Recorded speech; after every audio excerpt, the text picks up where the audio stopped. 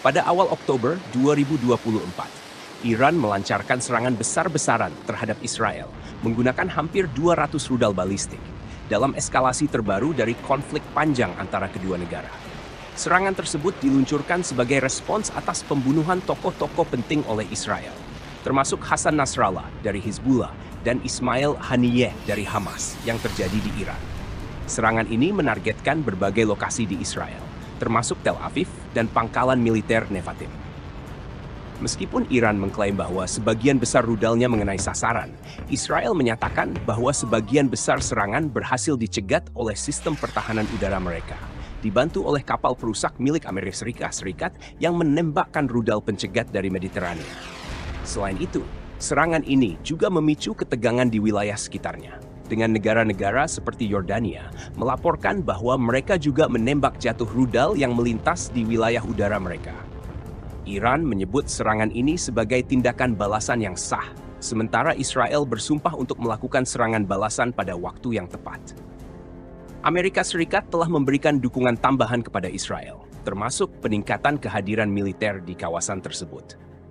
Meskipun belum ada kejelasan seberapa jauh keterlibatan langsung Amerika Serikat dalam konflik ini akan berkembang.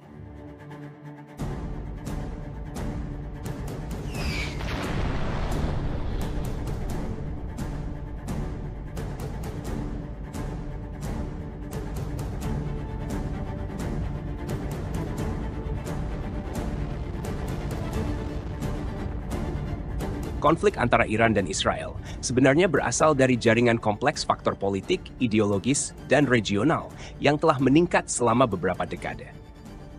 Sebelum tahun 1979, Iran dan Israel memiliki hubungan yang relatif baik. Namun, situasi berubah drastis setelah revolusi Islam di Iran yang mengantarkan Ayatollah Khomeini berkuasa. Pemerintahan Iran yang baru mengadopsi sikap anti-Israel yang keras, menganggap Israel sebagai negara ilegal dan musuh utama Islam. Iran mulai mendukung kelompok-kelompok Palestina dan Hezbollah, serta memposisikan dirinya sebagai pemimpin perlawanan terhadap Israel. Rezim teokratis Iran di bawah pimpinan ulama melihat keberadaan negara Israel sebagai sesuatu yang tidak sesuai dengan pemerintahan Islam. Iran menganggap Israel sebagai ciptaan imperialisme Barat yang mengancam kedaulatan Muslim atas Palestina, yang dianggap sebagai tanah suci oleh umat Islam. Dukungan Iran terhadap Hezbollah di Lebanon dan faksi-faksi Palestina seperti Hamas dan Jihad Islam menjadi sumber utama ketegangan. Kelompok-kelompok ini menentang eksistensi Israel dan terlibat dalam berbagai serangan terhadap sasaran-sasaran Israel. Dukungan keuangan, militer, dan ideologis Iran terhadap kelompok-kelompok ini dipandang oleh Israel sebagai ancaman langsung terhadap keamanannya. Israel dan Iran bersaing untuk memperebutkan pengaruh di Timur Tengah. Iran berupaya memperluas pengaruhnya, terutama di negara-negara seperti Suriah, Irak, dan Yaman, di mana mereka mendukung milisi-milisi Syiah. Di sisi lain, Israel melihat peningkatan pengaruh Iran sebagai sesuatu yang mengancam dan destabilisasi kawasan yang berdampak langsung pada keamanannya. Persaingan regional ini mendorong perang proksi yang terus berlanjut. Israel memandang Iran yang memiliki senjata nuklir sebagai ancaman eksistensial dan telah mengambil tindakan, baik secara terbuka maupun rahasia, untuk mencegah Iran mengembangkan senjata nuklir. Iran mengklaim program nuklirnya adalah untuk tujuan damai, tetapi Israel dan banyak pihak di komunitas internasional mencurigai bahwa Iran bermaksud untuk mengembangkan senjata nuklir.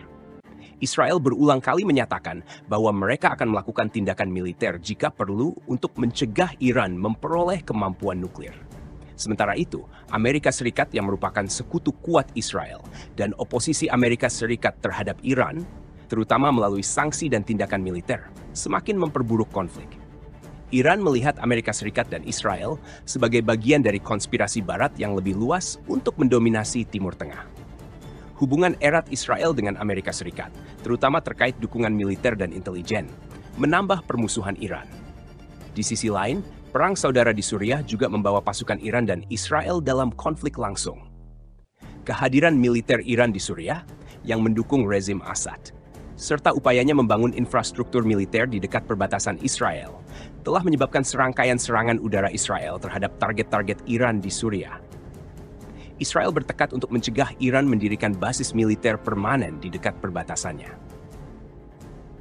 Meskipun Israel adalah negara Yahudi, konflik ini juga mengandung sudut pandang sektarian yang lebih luas di Timur Tengah.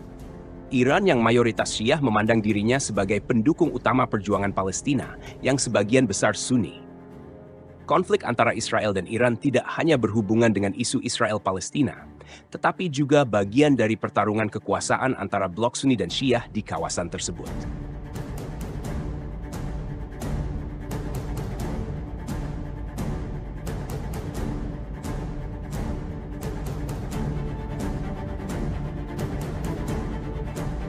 Perang antara Iran dan Israel ini pun tak luput dari tanggapan Vladimir Putin.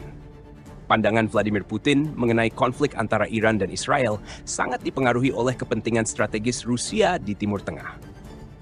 Rusia telah membangun hubungan dekat dengan Iran, terutama sejak perang di Ukraina, di mana Teheran telah memasok drone dan teknologi militer ke Moskow. Kemitraan ini memungkinkan Putin memanfaatkan pengaruh Iran di kawasan tersebut. Tetapi pada saat yang sama menghadirkan tantangan karena hubungan historis Rusia dengan Israel. Putin tidak secara terbuka mendukung perang habis-habisan antara Iran dan Israel. Rusia mendapat keuntungan dari ketidakstabilan regional, karena hal itu mengalihkan sumber daya dan perhatian Barat dari Ukraina. Namun, Rusia juga ingin menjaga keseimbangan hati-hati, menggunakan posisinya sebagai pemain kunci yang memiliki pengaruh di kedua negara, baik Iran maupun Israel. Pengamat mengatakan bahwa Moskow menggunakan situasi ini untuk meningkatkan pengaruhnya, khususnya dengan negara-negara Teluk yang mungkin meminta bantuan Rusia dalam mengendalikan tindakan Iran.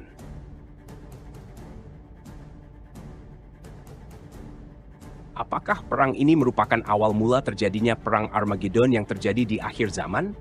Dalam pandangan eskatologi Islam, peristiwa akhir zaman melibatkan berbagai tanda-tanda besar dan kecil.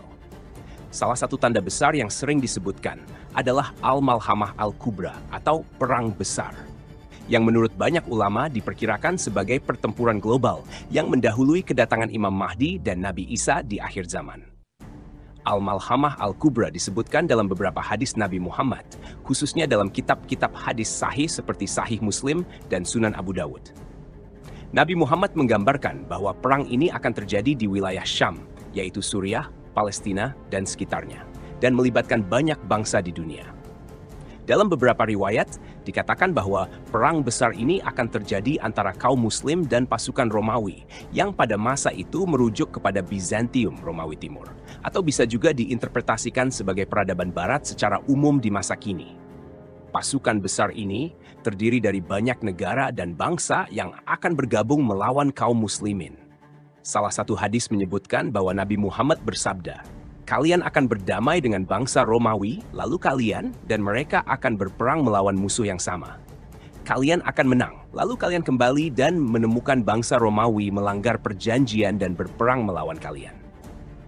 Menurut riwayat lain, kaum Muslimin akan dibagi menjadi 3 kelompok. 1. Satu kelompok akan melarikan diri dan tidak akan bertobat. 2. Satu kelompok akan menjadi syuhada dan mati dalam pertempuran. 3. Kelompok ketiga akan mendapatkan kemenangan, dan dengan mereka, Allah akan menaklukkan musuh. Dalam pandangan Islam, perang ini bukan sekadar pertempuran fisik, tetapi juga merupakan ujian besar bagi keimanan umat Muslim. Orang-orang yang tetap teguh dalam iman mereka dan berjuang di jalan Allah dijanjikan akan mendapatkan kemenangan atau syahid. Selain itu, peristiwa ini mengajarkan umat Muslim untuk bersiap secara spiritual dan fisik menghadapi fitnah akhir zaman.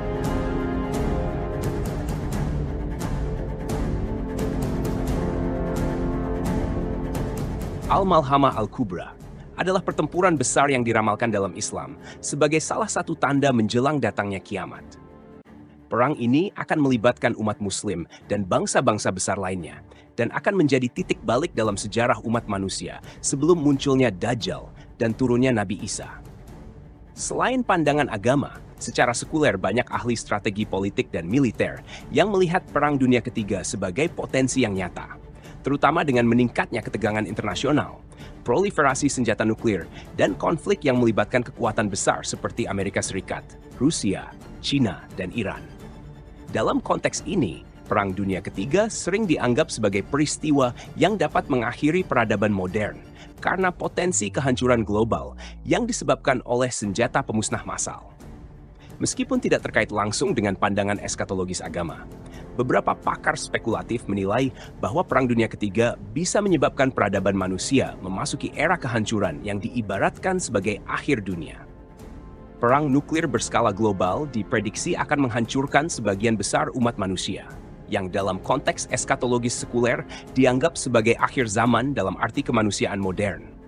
Baik dalam perspektif Islam maupun Kristen, peperangan skala besar seperti Perang Dunia Ketiga dapat dianggap sebagai bagian dari tanda-tanda akhir zaman. Namun, penting untuk dicatat bahwa tidak ada sumber agama yang secara eksplisit menyebutkan tentang Perang Dunia Ketiga, melainkan lebih kepada perang besar yang menghancurkan sebagai bagian dari rangkaian kejadian sebelum kedatangan tokoh-tokoh eskatologis. Dalam pandangan modern, ketegangan politik, konflik regional yang melibatkan kekuatan besar, dan kemungkinan penggunaan senjata nuklir membuat ancaman Perang Dunia Ketiga tampak lebih relevan. Namun, pemahaman tentang peristiwa ini dan kaitannya dengan akhir zaman sangat bergantung pada interpretasi agama atau sekuler yang dianut oleh individu atau kelompok.